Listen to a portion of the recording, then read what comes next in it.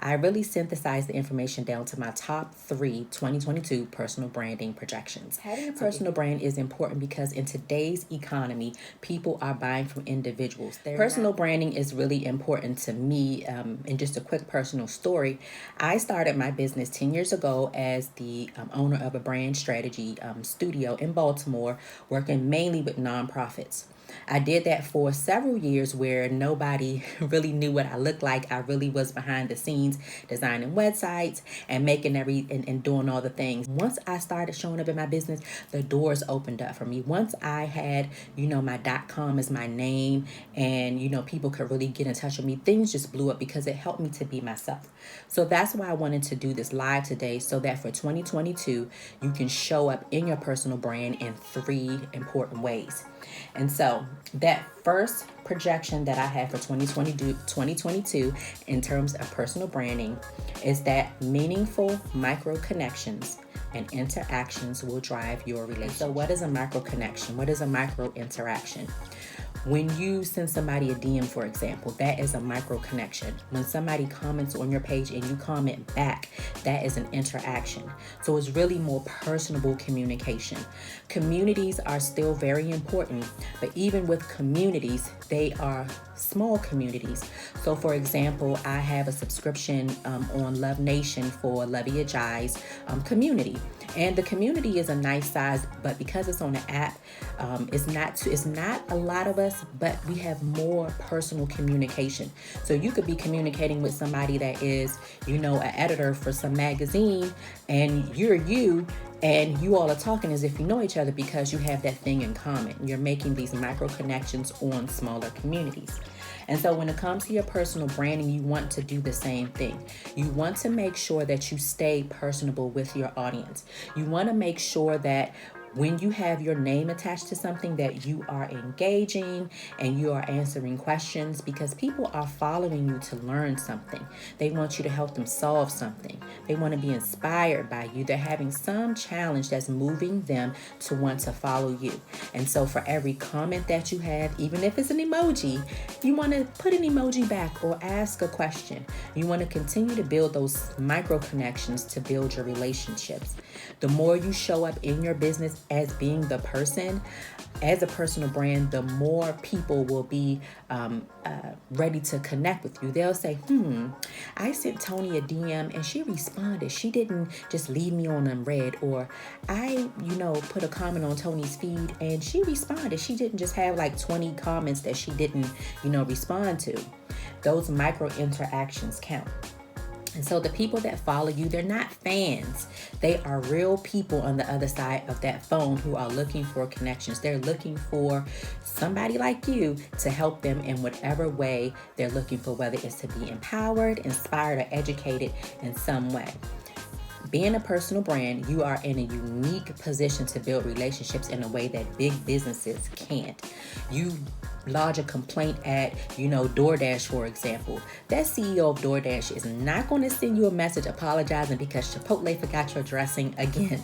They're not going to do that. But when you are a personal brand and you are being relatable and you're talking to people and engaging, people can connect with you and you can really get to the heart of matters quicker. But when your name is attached to your business and you're the asset, a personal brand, you need to be. One of my most favorite things to do is that for people who follow me, I send them personal videos in DM thanking them for following me. It's always me. It's never anybody else. When people follow me, I will send them a voice memo or a video just thanking them for being in touch. And that's one way that I create a micro interaction and a micro connection with the people that follow me, as me being the name of my business. So my second prediction is that video is going to be the norm, not the exception when you're communicating with your audience. I get it. When it comes to video, I am very nervous. Even right now on this live, I am nervous, but video is the quickest way that your audience can know who you are connected and you want to see how somebody is. Video is the quickest. You don't have to overthink video. Like right now, I'm in my office. I don't have a fancy setup. I have my ring light on the other side. I am looking at notes, but on video is the quickest way to really communicate your values and your message with your audience. If you have an outline when you go on video, you won't be so nervous. And if you show up and you know what you're going to talk about, and not just show up and be like, hey y'all, what y'all doing? How y'all doing today? Like, that's not how you show up when you do video. That's not how you show up when you do live. You have to show up with a goal in mind, with a point in mind, and with the outline, and it will make it easier for you to show up. And if you're like me, like putting on some makeup and fixing your hair and stuff will make you feel way more calm when it comes to presenting yourself on video. And so when you're talking personal branding, again, video is a way for you to be personal. And in 2022, y'all, Instagram have already told us that video is not going away. They are prioritizing lives, static videos, stories, and posts. When you're doing your videos, don't overthink it. It doesn't have to be perfect.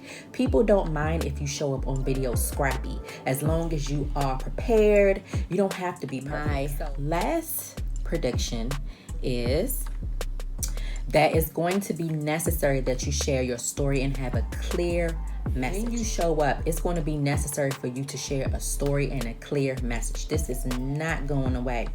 And when I say messaging, your brand message is how you're going to communicate your value and who you are to your audience, whether you're doing it in writing or if you're doing it verbally.